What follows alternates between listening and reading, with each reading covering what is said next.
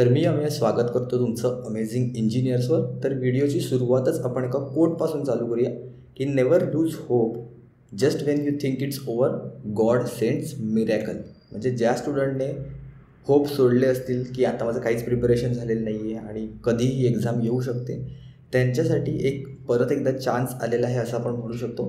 कारण तुम्हाला माहितीच असेल की एक्सपेक्टेड एक्झाम डेट महाट्रान्सको एईची इलेक्ट्रिकल म्हणजे ट्रान्समिशनसाठी 23 मार्च 23 मार्च आलेली आहे.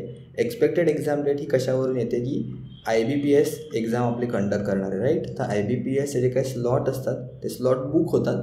तर त्याच्यापैकी किंवा जे एम्प्टी स्लॉट असतात तिथे IBPSकडून नाव आहे ते असाईन केलं जातं. तर आता 23 मार्चवर महाट्रान्सकोसाठीचं आपलं जे काय नाव आहे ते स्लॉट आहे ते बुक केलेलं आहे. म्हणजे अजून महाट्रान्सकोकडून कन्फर्मेशन नाही आहे, पण IBPSने इथे स्लॉट ठेवलेला आहे. आणि आकाश यादव सरांची पण तुम्ही जर व्हिडिओ पाहिली असेल त्यांनीसुद्धा कन्फर्म केलेलं आहे की 23 मार्चला आपली IBPSचा स्लॉट जो आहे तो तिकडे आलेला आहे, दाखवत आहे त्यांचे ते एक्झाम सेंटरकडून ही इन्फॉर्मेशन वगैरे येत असते बऱ्याचदा. तर त्यामुळे आत्तासाठी तरी तुम्ही 23 मार्च हे एक्सपेक्टेड टार्गेट घेऊन आपण पुढे एक्झाम आहे ते प्रिपरेशन आपण करू शकतो. करेक्ट. मी व्हिडिओमध्ये सांगितलेलं लास्ट व्हिडिओमध्ये की आपण ट्रान्समिशनसाठी सुद्धा कसं प्रिपरेशन करायचं ते घेऊन येऊया. तर बऱ्याच मुलांना तर डाऊट असेल आणि बाकीचे कुठे इथे तिथे लायब्ररीत वगैरे जात असतील तर बऱ्याच लोकांचं बऱ्याच स्टुडंटचं ऐकलं जातं. तर त्यामुळे आपल्याला काय करायचं ते आता कळत नाही की सगळेजण बोलतात की आता फायनल टाईम आलेला आहे तर टेस्ट सिरीज अजून त्यांनी चालू नाही केली तर अजून लवकरात लवकर चालू करा. किंवा जर तुम्हाला महाट्रान्सकोमध्ये सिलेक्ट व्हायचं असेल तर यूथ पब्लिकेशनचंच तुम्हाला सगळे जे काही क्वेश्चन्स आहेत ते सॉल्व करायला लागतील. जर तुम्ही यूथ पब्लिकेशन सॉल्व नाही केलं तर तुमचं सिलेक्शन नाही होणार. नवीन टॉपिक आता शेवटच्या वेळेला काय वाचू नका, त्याच्यामुळे बरंच काही टेन्शन येऊ शकतं. असं बऱ्याच गोष्टी तुम्ही सगळ्या ऐकल्या असतील. तर ह्याच्यावर आता कसं रिॲक्ट करायचं किंवा तुम्ही कुठल्या कॅटेगरीमध्ये आहात, तुमचं प्रिपरेशनची लेवल काय आहे, त्या अकॉर्डिंग आता पुढे आपण कशी वाटचाल करायची सगळ्या गोष्टी आपण एक एक करत डिस्कस करूया. तर त्यामुळे तुम्ही कुठल्या कॅटेगरीमध्ये येता, ओके, आपण 3-4 कॅटेगरी डिस्कस करूया. तुम्ही कुठल्या कॅटेगरीमध्ये आहात तुमच्या प्रिपरेशनच्या लेवलवरून, त्यावरून तुम्ही ती व्हिडिओ ते कंटिन्यू करू शकता. ठीक आहे. सगळ्यात पहिल्यांदा आपण बघूया की ज्यांचं सिलेबसच बाकी आहे त्या लोकांचं सगळ्यात पहिल्यांदा टार्गेट असेल की तुम्ही तुमचा सिलेबस आहे तो कंप्लीट केलेला पाहिजे. सिलेबस कंप्लीट जोपर्यंत तुम्ही करेन तोपर्यंत तुमच्यामध्ये कॉन्फिडन्स येणार नाही. तर सिलेबस सगळ्यात पहिल्यांदा तुम्हाला कंप्लीट करावा लागेल. हे माझं पर्सनल सजेशन आहे. कंप्लीट केल्याशिवाय एक वेगळा कॉन्फिडन्स येत नाही. सिलेबस कंप्लीट केला तर तुम्हाला एक वेगळा कॉन्फिडन्स येईल की बाबा हां, माझे सगळे सब्जेक्ट झालेले आहेत, त्यामुळे मी कुठलाही क्वेश्चन झाला तर तो इझिली अटेम्प्ट करू शकतो. नाही तर तुमच्या मनात एक भीती राहते की माझ्या सब्जेक्ट हा वाचलाच नाही आहे, ह्याच्या रिलेटेड जो क्वेश्चन आला तर मी कसं करू शकतो. तर त्यामुळे सगळ्यात पहिल्यांदा सिलेबस कंप्लीट करूया. सिलेबस कंप्लीट करताना आपण कुठले सब्जेक्ट आपण टॉप प्रायोरिटीमध्ये केले पाहिजेत किंवा कुठले कुठले सब्जेक्ट आपल्याला मी कव्हर केले पाहिजेत ते परत एकदा डिस्कस करूया. ज्यांनी आत्तापासूनच प्रिपरेशन स्टार्ट केलं असं म्हणू शकतो. एक नवीन डेट आल्यामुळे त्यांना आता नवीन टाईम मिळाला आहे. बरं, एक 60-70 दिवसाचा आपल्याकडे एक्स्ट्रा टाईम असं आपण म्हणू शकतो. तर त्यामुळे अजून पण तुम्ही स्टार्ट केलं तरी सुद्धा होऊ शकेल. तर सगळ्यात पहिल्यांदा पॉवर सिस्टीम आपल्याला कंप्लीट करायचं आहे, कोर सब्जेक्ट आहे. त्यानंतर इलेक्ट्रिकल मशीन्स तुम्ही कंप्लीट करा. त्यानंतर नेटवर्क थिअरी, त्यानंतर electrical measurements, power electronics, control system, analog electronics, digital electronics म्हणजे जे बेसिक इलेक्ट्रॉनिक्स म्हणतो ते आपण ह्याच्यातच कव्हर होईल. ॲनालॉग डिजिटल मी वेगवेगळं लिहिलेलं आहे आणि सिग्नल सिस्टीमचे जे काय बेसिक असेल ते. तर ह्याच ऑर्डरमध्ये तुम्ही जे तुमचे काही क्वेश्चन्स आहेत किंवा जे काही सिलेबस आहे तर तुम्ही कंप्लीट करत जा. सिलेबस कंप्लीट करण्यामध्ये पण तुम्हाला काय काय केलं पाहिजे, असं नाही की फक्त वाचून काढलं पाहिजे. सगळ्यात पहिल्यांदा तुमचे सगळे टॉपिकचे जे काही थिअरोटिकल कन्सेप्ट्स आहेत ते तुम्हाला माहिती पाहिजेत. त्यानंतर तुम्ही EE आणि JEE लेवलचे जे काही क्वेश्चन्स आहेत ते तुम्ही सॉल्व केलेले पाहिजे. म्हणजे एकतर तुमच्याकडे कुठलं बुकलेट असेल किंवा तुम्ही कोर्स केला असेल कुठला तर त्या कोर्समध्ये जरी शिकवलेलं असेल तर ते EE JEE लेवलचे जे काही क्वेश्चन्स आहेत ते तुम्ही सॉल्व केलेले पाहिजे. किंवा टेक्स्टबुकवरून पण तुम्हाला मिळू शकतात. ते प्रिव्हियस इयर क्वेश्चन कसे वापरायचे त्याची मी व्हिडिओ बनवली होती, ती तुम्ही पाहू शकता. त्यानंतर YCTचे EEचे स्पेसिफिकली आता आपण EEसाठी प्रिपेअर करतो तर EE लेवलचे क्वेश्चन्स तुम्ही सॉल्व केलेले पाहिजेत. एस किंवा ओम्स इन्स्टिट्यूटचं ट्रान्सपोर्ट जेनको आणि डिस्कॉमचं प्रिव्हियस इयर क्वेश्चनचं बुक येतं. मी ऑलरेडी सांगितलं होतं बऱ्याच व्हिडिओमध्ये. हवं तर या लिंकच्या खाली डिस्क्रिप्शन बॉक्समध्ये सुद्धा ह्याच्या लिंक आहेत ते तुम्हाला देईन मी. तर ते सुद्धा तुम्ही प्रॅक्टिस करू शकता. कारण आपल्याला EE लेवलचं प्रिपरेशन करायचं आहे तर EE सुद्धा करू शकतो. पण आता जर आपण टेलिकॉमचा पेपर बघितला तर टेलिकॉमचा पेपर बऱ्यापैकी थिअरॉटिकल कन्सेप्ट्सवर आलेला. करेक्ट. त्या थिअरॉटिकल कॉन्सेप्टसाठी आपल्याला जेई लेवलचे सुद्धा क्वेश्चन्स आहेत ते आपण प्रॅक्टिस करू शकतो. पण आधी एईची करा. जेईसाठी तुम्ही SSC जेईचे जे काही क्वेश्चन्स आहेत ते तुम्ही प्रॅक्टिस करू शकता. करेक्ट. त्यामुळे एई सगळ्यात पहिल्यांदा द्या आणि त्यानंतर जेई लेवल. तर म्हणजे सिलेबस कम्प्लिशन म्हणजे तुमचे थिअरॉटिकल कॉन्सेप्ट तर झालेच पाहिजेत, सोबत तुमचे प्रिव्हियस इयर क्वेश्चन पण तुम्ही सॉल्व्ह केलेले पाहिजे. ओके. तर आता ही फर्स्ट कॅटेगरीमध्ये झालं की ज्यांचा सिलेबस कंप्लीट नव्हता त्यांचा फर्स्ट टार्गेट असेल की आपला सिलेबस कंप्लीट करायचा. त्यानंतर कॅटेगरी 2कडे जाऊया की ज्यांचा सिलेबस ऑलरेडी कंप्लीट झालेला आहे. तर ज्यांचा सिलेबस कंप्लीट झालेला आहे म्हणजे काय होतं, आपण सुरुवात पहिल्यांदा सब्जेक्ट 1 करतो, मग 2 करतो, मग 3 करतो. आता आपण इथे मी 8 ते 10 सब्जेक्ट लिहिलेले. करेक्ट. ते एक एक सब्जेक्ट आपण पुढे पुढे जसे जसे करत जातो ना तसे मागचे सब्जेक्ट आहे ना हळूहळू आपण विसरायला लागतो. करेक्ट. सिलेबस कंप्लीट झाला आहे तुमचा, पण तुम्हाला मागचे सब्जेक्ट विसरल्यासारखं होतं. बऱ्याच जणांचा मला मेसेजसुद्धा आले होता की जे आधीचे सब्जेक्ट आहेत ते आम्ही विसरलो. तर आता काय करू, आधीचे सब्जेक्ट विसरलं त्यासाठी काय करू शकतो, तर सगळ्यात पहिल्यांदा आपल्याला रिव्हिजन करावी लागेल. करेक्ट. तर ज्यांचा सिलेबस कंप्लीट झाला त्यांनी सगळ्यात पहिल्यांदा रिव्हिजन कंप्लीट करून घ्या. बरेच जण बोलते की जाल लगेच टेस्ट सिरीजवर, लगेच टेस्ट सिरीजवर जम्प करू नका. स्टेप बाय स्टेप आपण जाऊया. आता स्ट्रॅटेजीने तुम्हाला बनावी लागेल. काहीतरी एक्झाम प्रिपरेशन करायचं किंवा एक्झाम क्लिअर करायचं, काहीतरी स्पेसिफिक स्ट्रॅटेजी बनवायला लागेल. त्या हिशोबाने तुम्हाला वर्क करावं लागेल त्या अकॉर्डिंग. करेक्ट. तर त्यामुळे आता सगळ्यात पहिला आपल्याला रिव्हिजन करावी लागेल. रिव्हिजनचे काय काय ऑप्शन्स आहेत आपल्याकडे. तर जर तुम्ही कुठला कोर्स केलेला असेल तर तुम्ही एकदा तो फास्ट फॉरवर्ड करून बघू शकता. फास्ट फॉरवर्ड करून कोर्सचे जे व्हिडिओ आहेत त्यात तुम्ही पटपट बघू शकता. त्यामुळे तुम्हाला परत एकदा कवर होऊन जाईल की काय काय आपण पाहिलं होतं, आणि जे आपण ऑलरेडी पाहिलं आहे ते परत रिकॉल करायला जास्त वेळ नाही लागणार. तर त्यामुळे फास्ट फॉरवर्ड करून कोर्समध्ये काय काय होतं एकदा परत गो थ्रू करू शकता. नोट्स वगैरे जर नोट्स बनवल्या नसेल ते सुद्धा आता तुम्ही बनवू शकता साईड बाय साईड. त्यानंतर जे तुम्ही नोट्स बनवले असेल, जे मी सांगितलं, जर नोट्स ऑलरेडी जर बनवले असेल तर तुम्ही नोट्सचा रिकॅप करू शकता. परत एकदा पाहू शकता की काय काय केलेले क्वेश्चन्स कोणते कोणते सॉल्व्ह केले होते. ॲटलिस्ट एक गो थ्रू करू शकता. करेक्ट. हे सगळं झाल्यानंतर रिव्हिजन म्हणजे फक्त एवढंच असतं का की कोर्स बघायचं आणि नोट्स फक्त वाचत जायचे नाही. त्याच्यासोबत तुम्हाला प्रिव्हियस इयर क्वेश्चनचे जे मी आता सांगितले प्रिव्हियस इयर क्वेश्चन म्हणजे हे YCTचं एईचं बुक म्हणा किंवा एएसचं किंवा ओमचं प्रिव्हियस इयर क्वेश्चन्स आहेत हे तुम्हाला सॉल्व्ह केलेले पाहिजेत. रिव्हिजनमध्ये तुम्ही क्वेश्चन्स सॉल्व्ह करायचे. जर तुम्ही स्टार मार्क वगैरे केलेले असतील, स्टार मार्क क्वेश्चन्स असतील ते तुम्ही सॉल्व्ह करू शकता रिव्हिजनमध्ये. किंवा जर तुम्ही थोडेसेच क्वेश्चन सॉल्व्ह केले असतील सिलेबस कंप्लीट करताना तर तुम्ही बाकीचे जे काही क्वेश्चन्स आहेत प्रिव्हियस इयर क्वेश्चन ते तुम्ही रिव्हिजनमध्ये सॉल्व्ह करा. अजूनही टेस्ट सिरीजवर जम्प करायची गरज नाही आहे. जोपर्यंत तुम्ही स्वतःहून क्वेश्चनची प्रॅक्टिस करत नाही, जोपर्यंत तुम्हाला तिथे कॉन्फिडन्स येत नाही तोपर्यंत टेस्ट सिरीजवर जम्प करायची अजिबात घाई करू नका. त्यानंतर 4th एक आहे ऑप्शन की तुम्हाला वाटतं आहे की माझं सगळं वाचून झालेलं आहे, माझं रिव्हिजन पण झालेलं आहे, पण रिकॉल होतं आहे की नाही ते मला गॅरंटी नाही आहे. तर त्यामुळे काय करा, तुम्ही एक ब्लँक पेपर घ्यायचा. एक ब्लँक पेपर घ्या आणि सपोज आता मी इलेक्ट्रिकल मेजरमेंट्स उचलला टॉपिक, तर इलेक्ट्रिकल मेजरमेंट्सवर मला काय काय आठवतं आहे किंवा सुरुवातीपासून चॅप्टर नंबर 1 पासून मला कसं आठवतं आहे, काय काय टॉपिक्स होते त्याच्यामध्ये, कुठले फॉर्म्युले होते, कुठले सब टॉपिक होते, कुठली डायग्राम होती, ते सगळं रिकॉल करायचा प्रयत्न करा. आणि ते एका ब्लँक पेपरवर स्वतःहून लिहून काढा. आधी काही वाचलं नाही तरी चालेल किंवा तुम्हाला वाटलं की माझं वाचून झालं आहे, ब्लँक पेपर घ्या, डायरेक्ट पेन घ्या आणि जेवढं काय आठवतं आहे ना एक एक करत लिहायचं. फॉर्म्युला आठवतं, डायग्राम आठवतं, टॉपिकचं नावं आठवतं आहेत, त्याच्यामध्ये काय काय आहे थोडं जेवढं काय आठवतं आहे ना ते तुम्ही लिहून काढा. तुम्हाला ॲटलिस्ट समजेल की मला कितपत लक्षात आहे, काय काय मी विसरतो आहे. तर जे तुम्हाला आत्ता लक्षात आहेत ते तुम्हाला नंतर पण लक्षात राहायचे चान्सेस जास्त आहेत, कारण ते तुमच्या ऑलमोस्ट परमनंट मेमरीमध्ये स्टोअर झाले असं आपण म्हणू शकतो. पण जे तुम्ही विसरताय ते तुम्हाला वेगळं नंतर लिहावं लागेल की हां हे मी विसरतोय म्हणजे हे मला 2-3 वेळा त्याची रिव्हिजन करावी लागेल. करेक्ट. तर त्यामुळे मी माझ्या प्रिपरेशनच्या वेळेला असे टॉपिक्स लिहून काढलेले, कारण मला ॲटलिस्ट एक पेज बघितलं की मला सगळे कुठले कुठले टॉपिक आहेत ते मला रिकॉल होतील. सगळ्यात पहिले इलेक्ट्रिकल मेजरमेंट्समध्ये आपण बऱ्याचदा एरर बघतो, त्यानंतर PMMC बघतो. PMMCमध्ये आपण काय तर त्याचे बेसिक्स बघतो की त्याचं कन्स्ट्रक्शन कसं आहे, वर्किंग कसं आहे. त्यानंतर त्याचं ॲप्लिकेशन म्हणजे PMMC ते as a ammeter, as a volt meter असेल किंवा या सगळ्या गोष्टी बघतो आपण. Half wave rectifier, full wave रेक्टिफायरचे जे काही डायग्राम आहेत ते बघतो. मूव्हिंग आयन इन्स्ट्रुमेंटचं बेसिक कन्स्ट्रक्शन वगैरे, त्यानंतर त्याचं application moving iron as an ammeter, as an volt meter, त्याच्यामध्ये जर काय फॉर्म्युले असतील, कुठले स्पेसिफिक कंडिशन असतील त्या बघू शकतो. EMMCचं बेसिक त्यांना एमिटर, वोल्ट मीटर, कोण डायरेक्टली प्रपोर्शनल आहे, जे काही डिफ्लेक्शन आहे ते theta is directly proportional I² V² किंवा ॲव्हरेज पॉवर. त्याच्यानंतर त्याच्यामध्ये जर काय कुठला फॉर्म्युला असेल ते तुम्ही साईडला वगैरे लिहू शकता. 2 वॅट मीटरमध्ये काय आहे की त्याच्यामध्ये ॲक्टिव्ह पॉवर कशी मेजर करू शकतो, रिॲक्टिव्ह पॉवर कशी मेजर करू शकतो, त्याचं पॉवर फॅक्टर वगैरे कसं आहे. त्यानंतर त्याच्यामध्ये एरर्स पण असतात, एरर्स इन वॅट मीटर, तर ते कशामुळे होऊ शकतात त्याचे पण 2-3 कंडिशन्स आहेत. तर मी गेटच्या वेळेला जे काही प्रिपरेशन केलं होतं त्यावेळेला मी असं एक पॉईंट बाय पॉईंट लिहून ठेवलं होतं, म्हणजे एकदा एक गो थ्रू केलं ॲटलिस्ट की पटकन मला लक्षात येतील की त्याच्यामध्ये काय काय टॉपिक आहेत ते.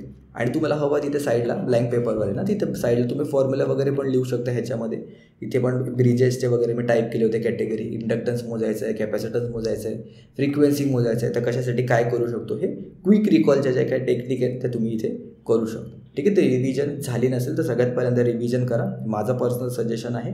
त्यानंतर जर रिव्हिजन पण झाली, प्रिव्हियस इयर क्वेश्चन पण झाल्यात, त्यानंतर आता काय करायचं. ओके, सिलेबस पण झाला आहे माझा, रिव्हिजन पण झालं आहे. आता अशा मुलांनी काय करायचं, त्यांनी AEचे पण ऑलरेडी YCT पण सॉल्व केलेलं आहे किंवा प्रिव्हियस इयर क्वेश्चन पण सॉल्व केलेलं आहे. तर आता तुम्ही टेस्ट सिरीजवर जाऊ शकता. टेस्ट सिरीजवर जाण्याचं मेन पर्पज काय, टेस्ट सिरीजमध्ये मार्क्स येणं आहे का, नाही. टेस्ट सिरीजमध्ये जाण्याचा मेन एक आपला एम आहे की टाईम मॅनेजमेंट.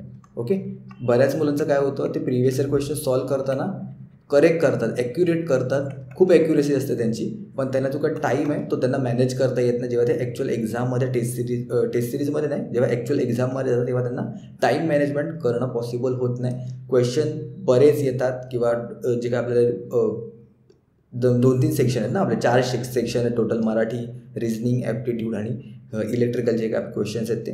तर त्यांना नक्की समजत नाही की कसे क्वेश्चन सॉल्व करायचे, त्यामुळे त्यांचा टाईम नीट मॅनेज होत नाही. तर ते पण कसा करायचं ते पण मी थोड्याच वेळात सांगतो तुम्हाला, की टेस्ट सिरीज पण तुम्ही कशी अटेम्प्ट करू शकता. तर टेस्ट सिरीज आपल्या सगळ्यात पहिल्यांदा मेन टाईम मॅनेजमेंटसाठी करायचे. तर आपल्याकडे आता बराच टाईम आहे, तर त्यामुळे तुम्ही सब्जेक्ट वाईज टेस्ट देऊ शकता. अजून आपल्याकडे टाईम आहे. ज्यांना कळत नसेल की काय करायचं, सब्जेक्ट वाईज टेस्ट देऊ शकता. त्यानंतर फुल लेंथ टेस्ट पण तुम्ही देऊ शकता. ओके, तर मी फुल लेंथ टेस्टचा आता जर आपण 23 मार्च डेट अज्यूम करून जर प्रिपेअर केलं तर माझं पर्सनल सजेशन असेल की तुम्ही मार्चपासून पाहिजे तर देऊ शकता. जर तुमचं सिलेबस वगैरे कंप्लीट झाला नसेल फुल लेंथचा वगैरे, तोपर्यंत तुम्ही बाकीचे जे काही टेक्स्टबुकवर तुम्हाला जे काही क्वेश्चन मिळतील, टेक्स्टबुकवर बऱ्याच एक्झाम्स असतात AE लेवलच्या, त्याचे तुम्ही क्वेश्चन्स आहेत ते आत्तापर्यंत सॉल्व करू शकता. आणि स्पेसिफिकली महाट्रान्सकोचे जे काही फुल लेंथ जे काही डिझाईन केलेले असतात त्या तुम्ही मार्चमध्ये देऊ शकता, जर डेट तोपर्यंत झाली. जर त्याच्या आधीच जर डेट वगैरे झाली, अनाऊन्स झाली, महाट्रान्सकोकडून नोटीस वगैरे आली, तर त्या अकॉर्डिंग आपण चेंज करू शकतो प्लॅन. पण आत्ता तरी सध्या फुल लेंथ ज्या स्पेसिफिकली महाट्रान्सकोच्या आहेत, महाट्रान्सकोसाठी डिझाईन केलेल्या आहेत, त्या तुम्ही मार्चमध्ये अटेम्प्ट करू शकता.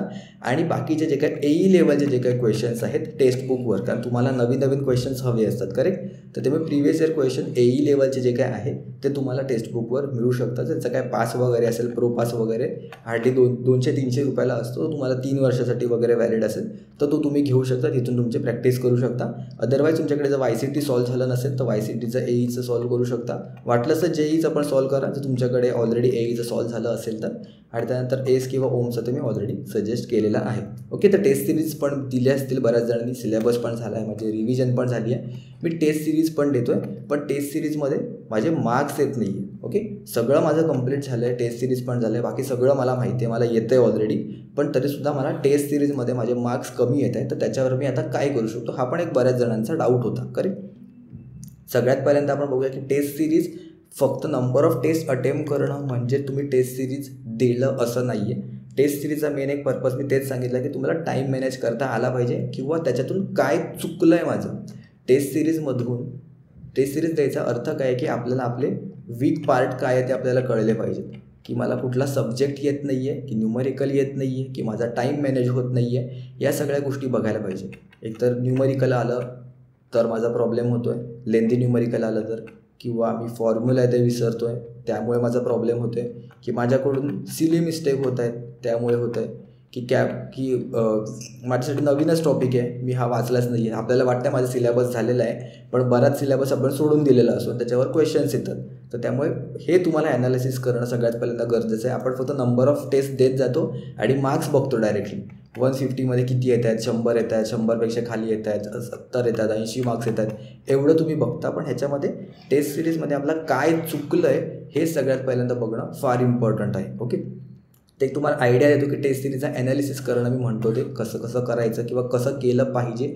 जे मला बोलणं होतं माझ्या स्टुडंटसोबत त्यांना मी कसं सजेस्ट करतो. तर टेस्ट सिरीज ॲनालिसिस सगळ्यात पहिल्यांदा तुम्ही पेपर घ्या. नेहमी मी सांगेन पेपर जेवढा घ्याल, पेन पेपरवर लिहाल तेवढ्या गोष्टी करेक्ट होतील. आपण टेक्निकलचं डिस्कस करूया. सेम तुमचं नॉन टेक्निकलसाठीचं पण असेल. मी टेक्निकलचं सजेस्ट करतो सगळ्यात पहिल्यांदा. सेम ॲनालिसिस तुम्ही उरलेल्या जे काय 80 क्वेश्चन्स असतील नॉन टेक्निकलचे त्याला तुम्ही लावू शकता. सपोज काय करायचं, सगळ्यात पहिल्यांदा 1 ते 50 आकडे लिहून घ्यायचे. मी 10साठी फक्त तुम्हाला सजेस्ट करतो. टेक्निकलचे आपले टोटल 50 क्वेश्चन्स असतील. करेक्ट 10साठी मी सांगतो सगळ्यात पहिल्यांदा. सपोज मी पहिला क्वेश्चन अटेम्प्ट केला, माझा करेक्ट आला. ठीक आहे, इथे करेक्ट लिहा पेपरवर लिहा इथे.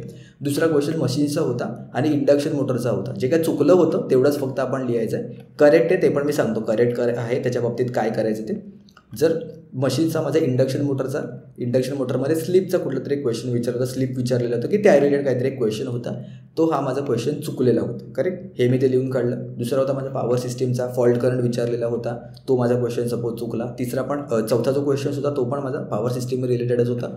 अंडरग्राऊंड केबलचा कॅपॅसिटन्सची व्हॅल्यू विचारलेली होती, त्याच्या बाबतीत होता. ठीक आहे, नो प्रॉब्लेम. त्यानंतर 5, 6, 7चे क्वेश्चन्स आहेत ते माझे करेक्ट आले होते. चुकलेले सगळ्यात पहिल्यांदा बघून घेऊया. 8वा क्वेश्चन सपोज मेजरमेंटचा होता, 2 वॅट मीटर मेथडवर विचारलेला होता. पॉवर सिस्टीमचा परत 9वा क्वेश्चन झालेला, सॅक कॅल्क्युलेशनचे रिलेटेड. सॅक कॅल्क्युलेशन त्यांनी विचारलेलं कॅल्क्युलेट करायला. आणि 10 नंबरचा क्वेश्चन होता पॉवर इलेक्ट्रॉनिक्सचा होता, 3 फेज इन्व्हर्टरवर काहीतरी क्वेश्चन होतं. तर हे तुम्ही सगळ्यात पहिल्यांदा लिहून काढाल स्टेप नंबर 1मध्ये. त्यानंतर काय कराल, आता जो माझा रॉंग क्वेश्चन आलेला आहे मशीनचा स्लीप रिलेटेड क्वेश्चन्स होता. आता हा क्वेश्चन माझा चुकला आहे, तर ह्याचं मी सगळ्यात पहिल्यांदा ॲनालिसिस करणार की हा माझा का चुकला आहे. एकतर हा माझ्यासाठी नवीन टॉपिक होता का, की मी पहिल्यांदा कधीच वाचलं नव्हतं त्यामुळे माझा क्वेश्चन चुकला, पॉसिबल असू शकतं. दुसरं की माझी सिले मिस्टेक झाली, की मला त्यावेळेला काहीतरी कॅल्क्युलेशन करताना माझं चुकलं, किंवा मी फॉर्म्युलाच विसरलो, फॉर्म्युला मला नाही आठवला त्यावेळेला, होऊ शकतं, पॉसिबल आहे, एक्झाम प्रेशरमुळे होऊ शकतं. किंवा 2 ऑप्शन असतील तर 2 ऑप्शनमध्ये मी कन्फ्युजन झालं, मी सॉल्व वगैरे केलेलं किंवा थिअरॉटिकल क्वेश्चन असेल तर त्यामुळे 2 ह्याच्यामध्ये मला कन्फ्युजन झालं. त्यानंतर ह्या 4 ते 5 गोष्टीमध्ये आपण डिस्कस करू शकतो की माझं नक्की काय चुकलं, कशामुळे चुकलं. तर हे तुम्ही ॲनालिसिस केलं तर इथे तुम्ही टिक मार्क करू शकता, पायथं लिहू शकता की एक तर माझ्यासाठी नवीन टॉपिक होता त्यामुळे होतं, किंवा माझी सिले मिस्टेक झाली, हे तुम्ही इथे पुढे त्याच्या लिहू शकता.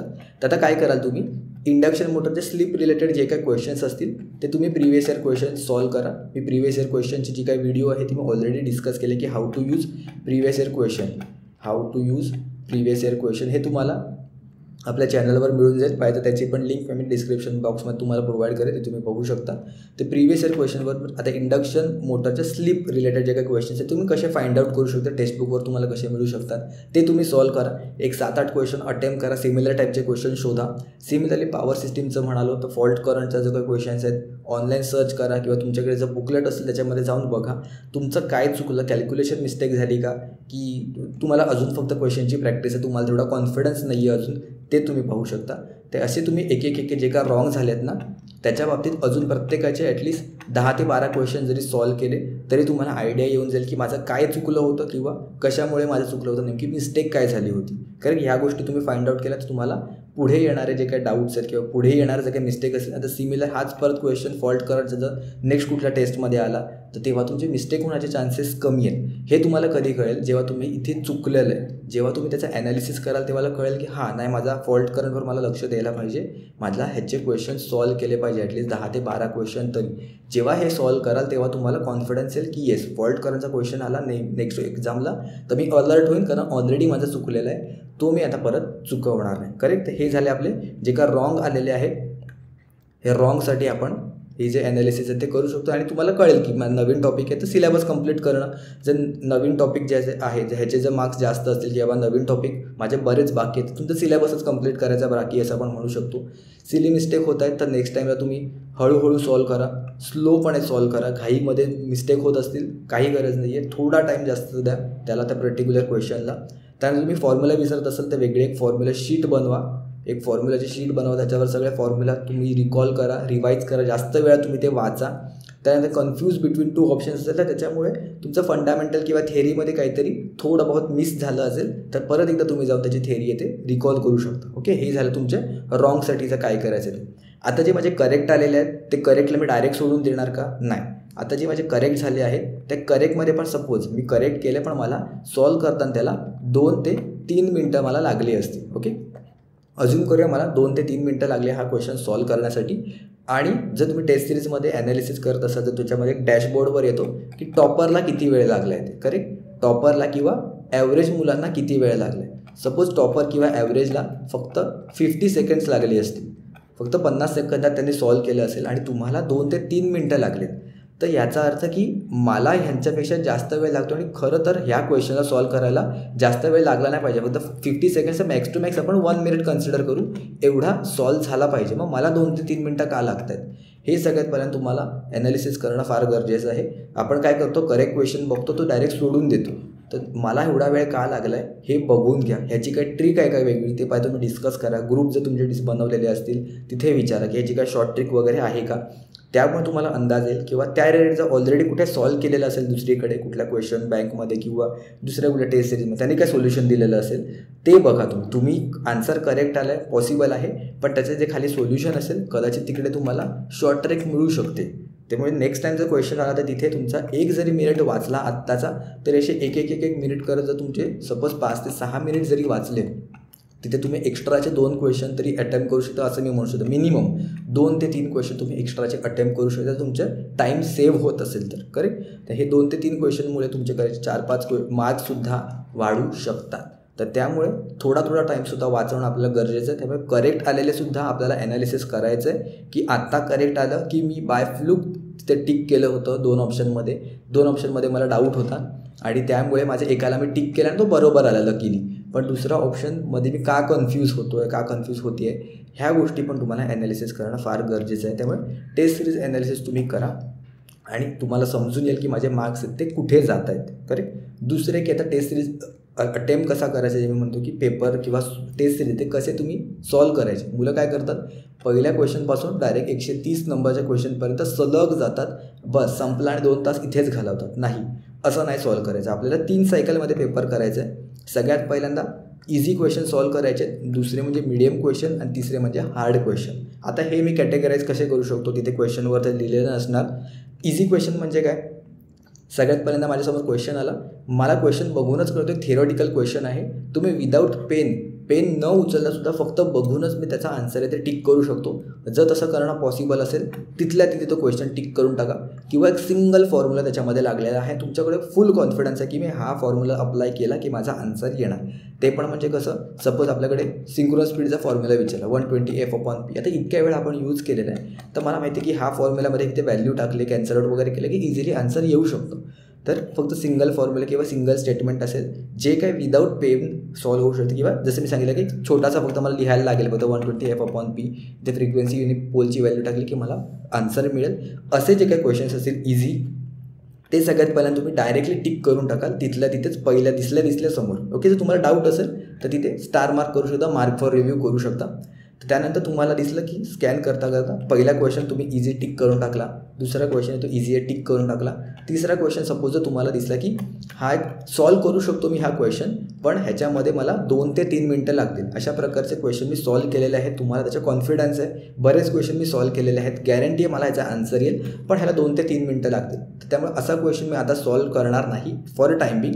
ह्याला पण मी मार्क फॉर रिव्ह्यू करून ठेवून देणार पहिल्या स्कॅनमध्ये. फर्स्ट स्कॅनमध्ये मी फक्त इझी क्वेश्चन सॉल्व करणार आणि जे काय मीडियमवाले क्वेश्चन्स आहेत त्याला मी मार्क फॉर रिव्ह्यू स्टार करून ठेवणार आणि जे काय हार्डवाले क्वेश्चन जे मला दिसतील त्याला तर मी डायरेक्ट स्किप करणार, त्याला काही मार्किंग वगैरे काहीच करणार नाही. फर्स्ट स्कॅनमधलं सांगतो. फक्त हार्ड क्वेश्चन कसे, एक तर नवीनच टॉपिक आहे, तुम्हाला काहीच लिहिलं आतमध्ये कळत नाही आहे किंवा त्याच्यामध्ये खूप जास्त लेंदी कॅल्क्युलेशन आहेत त्यामुळे ते सुद्धा मी आता पॉसिबल नाही आहे माझ्यासाठी सॉल्व करणं. किंवा तुम्हाला क्वेश्चन बघितला आहे, टॉपिक पण माहिती आहे पण तुम्हाला त्याचा कॉन्फिडन्स नाही आहे की मी सॉल्व करू शकेन की नाही. जर जास्त लेंदी असेल तर थोडा बहुत आपल्याला मनामध्ये डाऊट येतो. त्यामुळे 5 किंवा जे क्वेश्चन बघून तुम्हाला कळते की मला 5 ते 6 मिनटापेक्षा जास्त वेळ लागू शकते, 5-6 मिनटं पण लागतील, सरळ सोडून द्या, स्किप करा फर्स्ट स्कॅनमध्ये. ओके, फर्स्ट स्कॅनमध्ये आपले इझी जे क्वेश्चन्स आहेत ते तुम्ही सॉल्व करून घ्याल.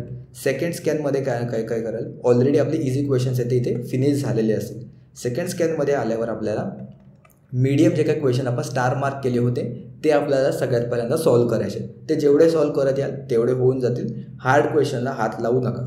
त्याच्यामुळे सगळ्यात पहिल्यांदा इझीवाले सॉल्व करायचे, त्यानंतर सेकंड स्कॅनमध्ये मीडियम होतील आणि जर टाईम आपल्याकडे मिळाला तर आपण फायनली इथे हार्ड क्वेश्चनवर जाऊ शकतो. म्हणजे नवीन टॉपिक आहे ते आपण ट्राय करू शकतो किंवा जर लेंदी कॅल्क्युलेशन असेल तर तेव्हा तिथे आपण ट्राय करू शकतो. जेव्हा हे तुमचं ऑलरेडी झालं असेल तर सगळे इझी क्वेश्चन आणि सगळे मीडियम लेवलचे क्वेश्चन सॉल्व झाले असतील तर फॉर ऑल 130 क्वेश्चन सगळे सॉल्व केल्यानंतर करेक्ट. त्यानंतरच आपण हार्ड क्वेश्चनला जायचं आणि एक एक करत जायचं आणि अशा 3 स्कॅनमध्ये तुम्ही सॉल्व करत गेले पाहिजे तरच तुमचा टाईम तिथे मॅनेज होईल.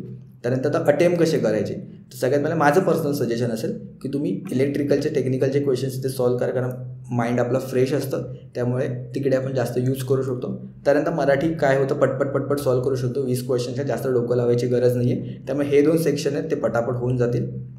फर्स्ट स्कॅनचंच सांगतो आहे. त्यानंतर लॉजिकल रिझनिंगसुद्धा आपलं इझी असतं. जेवढं तुम्हाला वाटते की माझं आता लगेच सॉल्व होईल पटकन सॉल्व करून टाका. वाटतं थोडं बहुत कॅल्क्युलेशन आहे नंतरसाठी ठेवा, ते सेकंड स्कॅनसाठी काही प्रॉब्लेम नाही आहे. ॲटलीस्ट तुम्हाला क्वेश्चनची आयडिया तरी येईल की ह्या लेवलचे क्वेश्चन आलेले आहेत. तुम्हाला वाटतं की इझी क्वेश्चन्स आहेत ते हे आपण सॉल्व करू शकतो, करत जा सॉल्व. हार्ड क्वेश्चन आहे तर नंतर करू शकतो, आरामात करू शकतो, काय घाई नाही आहे. आणि त्यानंतर क्वांटिटेटिव्ह ॲप्टिट्यूडचे क्वेश्चन. तर माझा पर्सनल सजेशन असेल की तुम्ही ह्या अकॉर्डिंग जा. तुम्हाला दुसरा कुठला मेथड पटत असेल तर त्या अकॉर्डिंग तुम्ही जाऊ शकता. पण टेक्निकल सगळ्यात पहिल्यांदा सुरुवातीलाच करा, कारण ह्याच्यामध्येच आपल्याला 110 मार्क्स आहेत 150पैकी. त्यामुळे मॅक्झिमम आपल्याला इथेच स्कोअर करायचं आहे करेक्ट.